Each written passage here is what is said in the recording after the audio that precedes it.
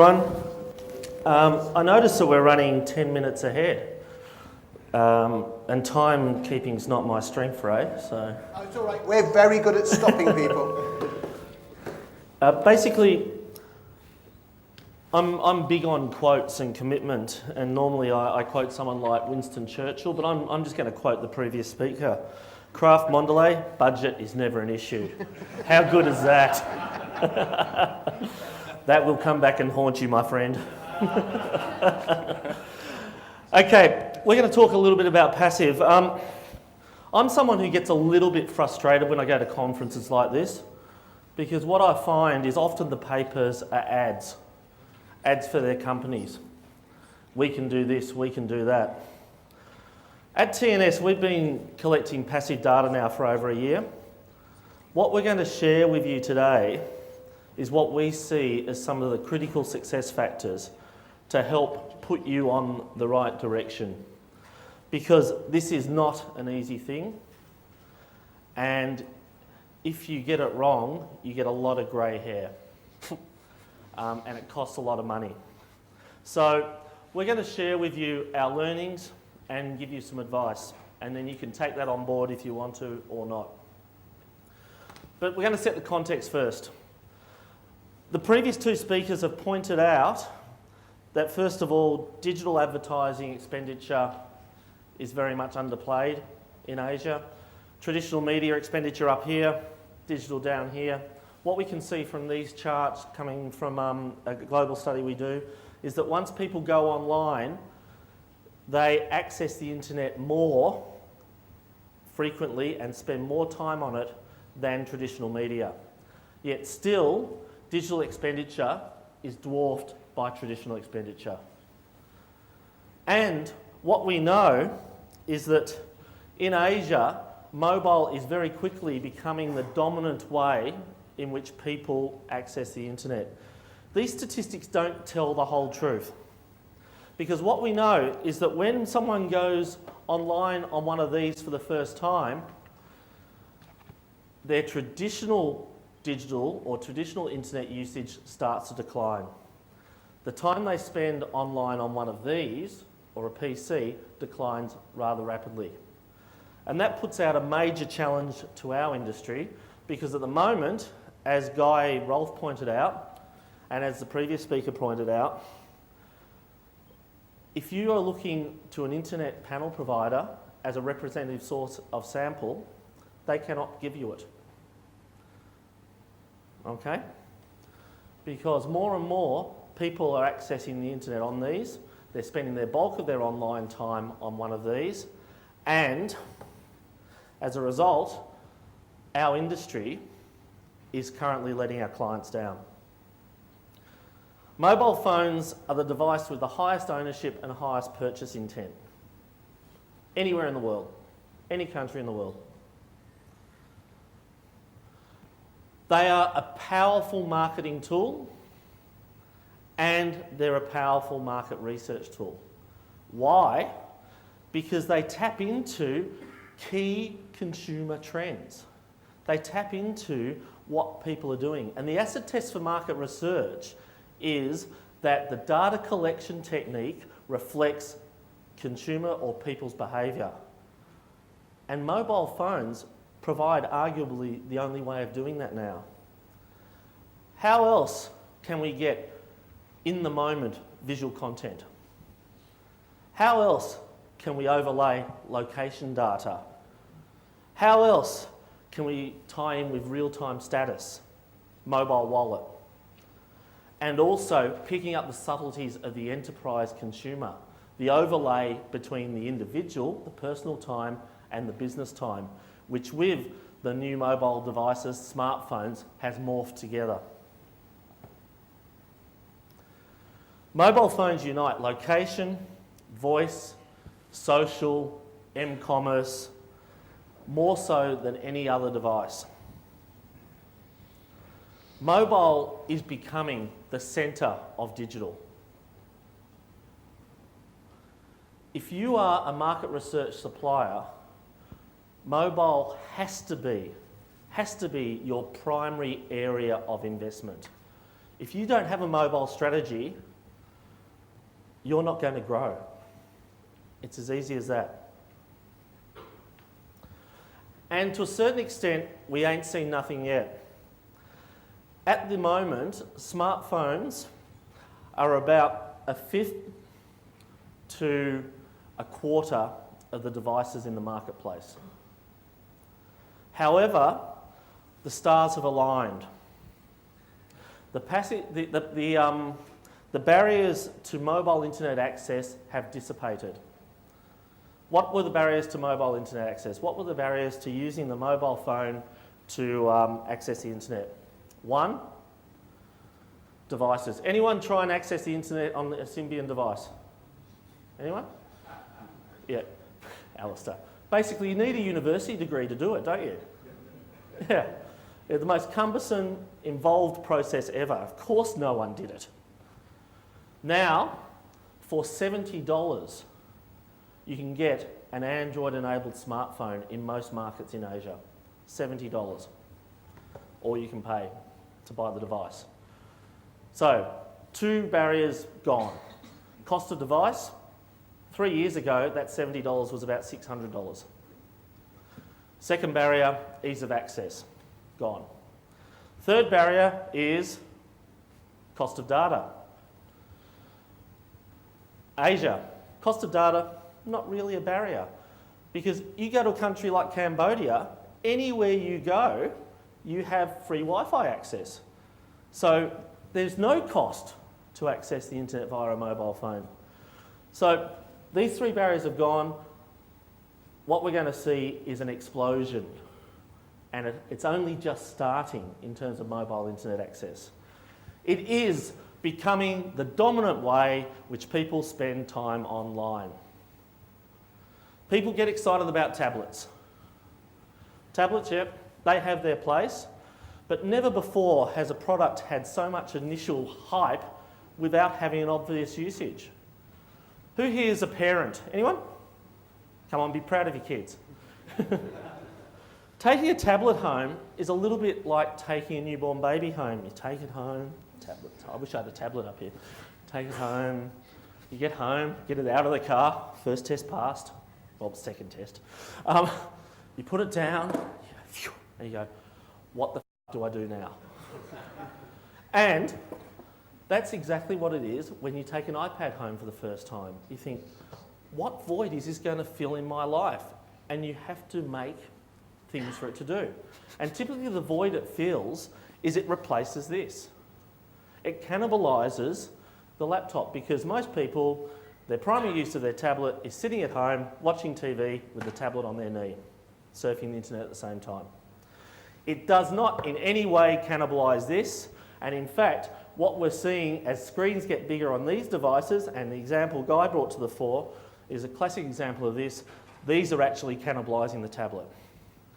And more so, if you're going to invest in mobile, you're going to bring tablet along anyway because the operating systems are the same. Okay? So don't get too excited about tablet.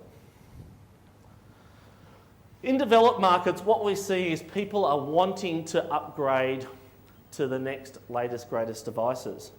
And this is carrying through into the emerging markets, but these numbers for Indonesia and Thailand in particular are understated. Why? Because most consumers who aren't using a smartphone don't really know what one is. To a certain extent, the mobile phone industry is letting consumers down or letting people down. It's not until people walk into a store that they realise that for their budget, they can afford an Android-enabled device. It's not until they walk into the store and hopefully have a good sales experience that they understand the impact the Android device can have on their lives. And once they're aware of that, what we see is purchase actually outlays pre-measured demand. So to a certain extent, we're all talking about the hype around mobile phones, we're talking about the hype around smartphones, and what I'm saying is that's understated. We ain't seen nothing yet. In India, mobile internet traffic surpassed traditional traffic back at the end of 2011, a year ago. The same things happened in sub-Saharan Africa and in many countries around Southeast Asia. Even in markets like Australia, what we're seeing is, sure, there's almost 100% fixed internet penetration, and in their wisdom, the Australian government's investing in a nice big broadband network. But what we're saying is fixed or traditional internet access is dissipating because as people go online, they spend more time on their mobile phone. And from this, what we're seeing is that CMOs are finally cottoning on. They are getting excited. It's early days for them, but they're starting to act fast. And they're beginning to realise that mobile presents opportunities far beyond communications. They know that mobile is important and their behaviour is beginning to reflect that. And in the last 12 months, mobile advertising spent off a very small base, as was pointed out, doubled, and it's going to continue to grow year on year on year. Because no matter how you put it, this device is going to become very quickly the number one way which people take in messages, content from organisations that are targeting individuals and also targeting businesses. So mobile presents a number of opportunities across the marketing cycle. You can use it to change the face of your brand, driving reach and engagement.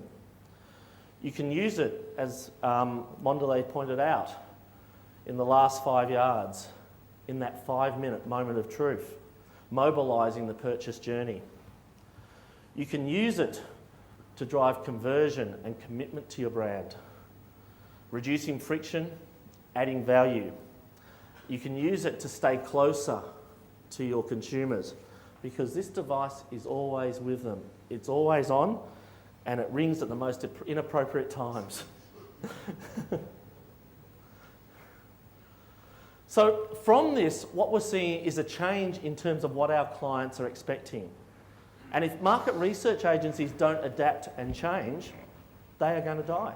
It's as easy as that. They will be replaced by other businesses. There's a couple of key things. Clients are wanting more accurate consumer behaviour and insights. Behavioural data is very important, as is customer transaction data, usage data, search data, clickstream data. Understanding what people are doing on mobile devices is critical. It gets our clients closer to the occasion, and also from that we can integrate eye, facial and emotional tracking. Snacking's a great example of the power of mobile. If I rang you up or sent you a question via my access panel and said, 5 days ago, what snacking products did you buy and why? How accurate do you reckon your response is going to be? Not accurate at all. Okay? Clients want lower risk research investments. They want incremental as opposed to step change. And they want our market research capabilities to grow with them. As pointed out, they're prepared to build, test and learn with us. A critical success factor for the agencies in this space is don't overpromise. The technology providers will tell you they can do it. And they can. They can deliver passive data. As Guy pointed out, the challenge is in what we do with that data because it looks like unlike anything we've ever seen before. They want faster decisions. Surveys and results in closer to real time. Behavioural data, shorter surveys. And this is very possible. Imagine you're an insurance company. You have a community of your customers on a mobile panel. That community sends a passive feed of what they're doing on their mobile device. You your agency can see when one of your customers goes into your portal. Straight away, you can be pinging that consumer a 5-minute survey to ask them what their experience was like and what was the impact of their experience. Real time, moment of truth, and combining accumulated learnings of the consumer. That is the future. Results have to become more predictive. Greater validation of models, again behavioural data, faster data collection, and continual integration of latest thinking. And research has to be more cost effective. And believe it or not, mobile becomes more cost effective because data collection efficiencies come out of it as you get economies of scale. And also it enables you to integrate client source data sets, meaning you spend less time actually conducting primary data. And the cost of market research is in conducting primary data. So the future is shorter surveys, not 10 minutes. 10-minute surveys don't work on mobile phones. 5 minutes. The days of the 40-minute U&A are gone. And there's a lot of research project managers and graduates who are really happy about that. You have to sweat your existing assets harder. Utilise the data you already have, combine it, analyse it, and get true insights out of it. I am excited by this. So the future is around mobile. Collecting data via the device that is always on, always within the consumer, reflects the real world. The future's in behavioural, and passive then sets within the other critical success factors of our research landscape. The problem is, a lot of us are really confused as to how we take this forward, and this is where our experience can help you. Because now we have passive panels collecting data in a number of markets. Keys to success are, we need to build a panel of respondents, willing to trust you with their data, incentivise, engage them so that they remain on the panel. Engagement, keeping them on the panel is critical. They have to be representative. You can't rely on access panels and internet panels to recruit them unless you're in a market like Australia or Singapore. Data management. You need special software, analytical capabilities, and you need to invest in your hardware and IT infrastructure. And also people who can interpret this data. Go to the banks. Go to people who are used to working with big data. Agility. You need to be flexible. You need to have the ability to co-create and work with your hardware and your software providers to adapt to the rapidly changing infrastructure. And you need to have the ability to integrate multiple sources of data. We're going to show you some data now. Thanks, James. Here's some first results. Like James already pointed out, we've got almost in 10 countries mobile passive measurement panels live. And I want to show you in the next 5-6 minutes some first results from Chinese data and from some Dutch data. And here is some Chinese data where we can see where we have measured a lot of Android and iPhones, thousands in the tier 1 to 3 cities in China. And what we can see here is that the old traditional ways of communicating, voice and SMS, are already pushed back by instant messaging and social networking. Voice is used for 8 minutes a day, SMS used for 10 minutes a day, and instant messaging is already above that with 14 minutes. And social networking also, QQ and RenRen, with 12 minutes. And also, I think you can also see on these kind of slides the strength of passive measurement on the right end is because here you can see the intensity of usage over the day. And this is something you can't ask people. People really don't know when they're using their mobile phones. And here you can see that voice and SMS is used more for business because it peaks during the day and goes down during lunch and in the evening, while instant messaging and personal networking just keeps up during the day and during the evening. We can also now see the differences between the usage of Android phones and iPhones. Android phones are already used for more than 2 hours a day of online time. More than 2 hours a day. While iPhones only are used for 70 minutes. Probably this is also, this can be explained by a different group that's using the iPhones besides the Android phones. They're probably more affluent. And we use our mobile phones for a really big range of activities. We have measured thousands and thousands of websites and applications. And we have taxonomized these in these 15 groups. And we can see here that communicating and social are really the big things on mobiles, of course. But also gaming is really big. We can also now show you the differences between tablet usage and the difference between tablets and smartphones. And what's interesting here, what we could see here, is that tablet is a really big gaming device in China, and is far more bigger than on smartphones. Here's some Dutch results. Also, here you can again see the strength of passive measurement. The tablets are often used at home, and they stay at home. They are called mobile devices, but I think I don't think it is, because you can see that the gap between smartphone usage and tablet usage is really big during the day when people work, because the tablet stays at home. And then in the evening it closes again, goes down during dinner, while the smartphone keeps on. And then, even then, the smartphone peaks during primetime television.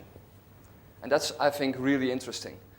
The tablet, I would think here in the Netherlands that the tablet would peak during the late hours, because it's more easy to use. But even then, the smartphone is closer to consumers. And here you can also see what the second screen is. And in the Netherlands, all the primetime television, all the big advertisers, all have a cross-media strategy and show during the television advertising the websites, and all with the strategy to push people from the TV to the online world. But a lot of big advertisers haven't made their website mobile ready. So here you can see all the mobile waste in the Netherlands, because it's the smartphones that are on during television. And mobile is not always mobile. We saw that 60% of mobile phone usage, of mobile internet time, is used on Wi-Fi and not on the cellular networks. And especially for gaming, even in the dark blue you can see the time that people are spending on the Wi-Fi, in the light blue the time that the people are spending on the cellular networks.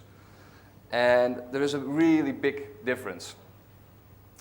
We could also make a segmentation of the different smartphone users, and we saw that 50% could be typed as a lightweight. I will skip this because I only have 1 minute left. And we saw in the Netherlands that of the 42 minutes that people were spending on their mobile phones, that 95% was on applications. And only 5% was via the mobile browser. So mobile is app. But on the other hand, mobile is also web. Because what we saw in an extra analysis of 217 Android phones is that they used, in 1 month, 270 people used 3,000 applications. Of those 3,000 applications, 2,000 were only used once in that month by one person. So opened, looked at it, and thought, I don't need it, and forgot about it or deleted it. There's a lot of crap in the app stores.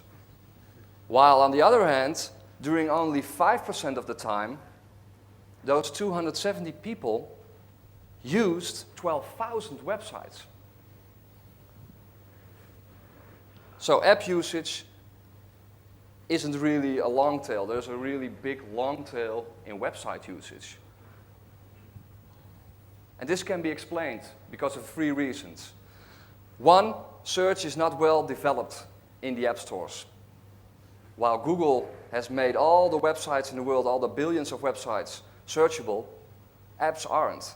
There are a lot of companies that made great apps, put them in the app stores, and they're forgotten about. Nobody can find them. They're just gone in the big app caves. Second is that an app needs to be downloaded, and that's a barrier for a consumer. Websites you can just browse along, and you haven't got anything to lose. And the last reason is apps are like bookmarks. Apps It will have to be just very quick. Apps are like bookmarks. Yeah, you have to go? Teamwork. Basically, couple of key things to leave you with. There are 7 key ingredients to building a mobile strategy if you are an agency. 1, you need to retain your participants, and it's a lot harder than in the old days. Secondly, communities have a lot more strength to them than traditional panels. Why? Because if you have a community of people, you can build accumulated data and knowledge of those people and increase your big data assets, which drives far greater insights. Thirdly, your capabilities have to represent all operating systems, and sometimes Apple don't like to play. Fourthly, you need to have the combination of active and passive. Passive is going to be a big thing, but our core business is still going to hold true. You need to be able to combine multiple data sources, have big data ability, and above all, you need to be nimble, flexible, co-create with your clients, and be iterative with your clients. Don't overpromise, don't overcommit, because you and your clients can end up very red-faced. Thank you very much. Thank you, James and Remy. Lots and lots of good lots and lots of good stuff there. So, questions, please. And we have one at the back there. I am so glad I give you that extra time to mention communities are so useful. Oh, yes. Ray, this is the last time you will speak with James. We had an agreement that every 20 seconds he would go over the 11 minutes, he would be 1 shot or 1 finger. So this is the last time you will see of James. Yeah, so I won't be here tomorrow. Hi, I'm Natalie Sisson of suitcaseentrepreneur.com. That's my business, so I teach people how to build online businesses. Mobile's huge for it, so this is really interesting. I just wanted to know, with your China-based research and Dutch-based research, whether that was indicative of other similar countries like in Europe, or whether it was quite different, because I found those statistics and findings really interesting. It is quite indicative across the base. Obviously, Android is a lot stronger in China because of the Chinese manufactured devices. What that data is saying is that Apple it's not saying anything negative about Apple, it's just talking about the type of people who own iPhones and where they sit and how time poor they are. The key thing for me out of that, though, which Remy touched on, is the amount of time that people are spending off network. And the telcos used to be able to see everything people did. And what we're seeing in our data is the telcos' cash cows are evaporating. Voice declining, SMS declining, IM increasing, social increasing. Hey, but people aren't doing that on the telcos' networks. They're doing it via Wi-Fi. They're not paying for that. And this is a big story, a very big story, because telcos used to be able to go and advise you on how to target. They can't do that anymore because they can't see what people are doing. There about something that Remy said. He referred to QQ and RenRen. If you've not heard of those two before, can you just put your hand up for a moment? If you've not heard of QQ and RenRen. Right, now if you have heard of them, put your hand up. Okay, those of you who put their hand up the first time, go and have a chat with some of these people. It's not all about Twitter and Facebook. That there are a lot of other systems out there. It's not all about Skype either. Questions, please. Okay, just while you're thinking, I've got one, certainly for James, maybe for Remy.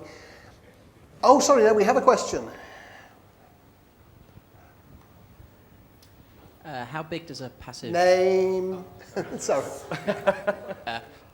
Alistair from On-Device Research. How big does a passive panel have to be meaningful? How long is a piece of string? That's a very good question, Alistair. Basically, it depends on what you want to do with the panel.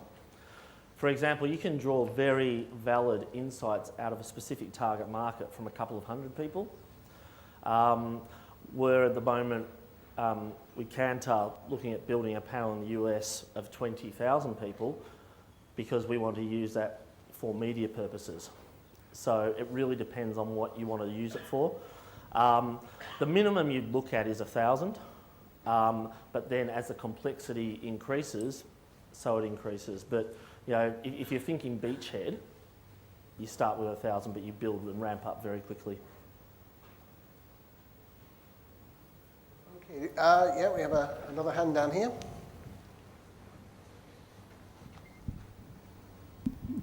Dan from Lumi. Thank you, Dan. Somebody else on this stage once said the survey was dead. And you've just said the days of the 45-minute U&A are gone. Are they really? Yeah, I really believe so, because what a lot of a U&A is about collecting historic data. What we're saying is that if you build a community and bring in multiple data sources, that information's already there. You don't have to ask people. You don't have to ask demographics anymore, because you do that in your establishment survey. You don't have to ask if they had an interaction with something, because you saw that from your passive survey. So you really only need to, if you get it right, ask those critical moment of truth questions. And the fact is, people will not respond to a survey on one of these if it is longer than 10 minutes. You won't get a valid response if it's much longer than 5 minutes. And if you do, you're not getting the real population. Steve, that point, and most people in this room are optimists about mobile, but if you took a pessimist perspective, and let's take a market like Australia where there are panel companies, is there a risk that some clients, if they were told there now are only 1,000 Australians who are prepared to do surveys on their PCs, who are prepared to do 40-minute surveys, I think there are some clients who would still buy their 45-minute survey with the 1,000 Australians willing to do it, because it's locked into KPIs, it's locked into compensation schemes. So I think there are some really big organisational issues. How are we going to get past some of those? Yeah. Look, there are, and it's quite interesting, because you're right. I am, despite having banged my head against the wall many times, still very enthusiastic and very bullish about mobile and staking my career on it. But the fact is that a number of clients are scared, and one of the biggest criticisms I have of the market research industry is we are prone to inertia. Our industry, like it or lump it, hasn't evolved with consumer behaviour. And unless we do, we will die. It's as easy as that. So they can, and Australia's a great market, that is the king of inertia, that market. Like the amount of time it took to move online, despite having very high internet penetration. And talking to people at the Australian conference last year, you know, they're still talking the way we used to talk about market research circa 1995. And the industry in Australia will struggle. There's no doubt about it. One more question, and we have the microphone over there, so... Hi, Kylie Brosnan from Australia. Hi, Kyles. Hi, how are you, James? You answered my first part of my question, like how is Wi-Fi free going to change the landscape? But further from that, thinking about my own family where sitting down watching TV, I've got 3 iPods with 3 kids, an iPad with the husband and my iPhone on. How with all of those devices, can you know, where's the thinking in terms of tracking the whole family? Yep. And how does all that passive data come together, and how do you disentangle it? And has that kind of been looked at yet? Yep. The way we think about it isn't. I think market research used to be about sampling the household. Now it's about sampling the individual and then pulling the individuals into the household. That's the first point. So you'd never think about tracking the family. And you've left a beautiful lead into the slide we didn't get to present. Because basically what we're looking at now is multiple screen. So what we're looking at is putting our television, basically using the mobile to pick up whether people actually saw a particular television ad. Bringing in PC clickstream, and then the mobile behave passive stuff both on tablet and on the mobile phone. And it's all possible from a technology perspective. The difficulty is in the analytics and bringing together the multiple passive feeds. But we are actually in a number of markets piloting it with some very friendly clients, because if they weren't friendly, they'd no longer be our clients because of some of the challenges we're facing. But that is very much the future. Thank you very much, James and Remy. Thanks.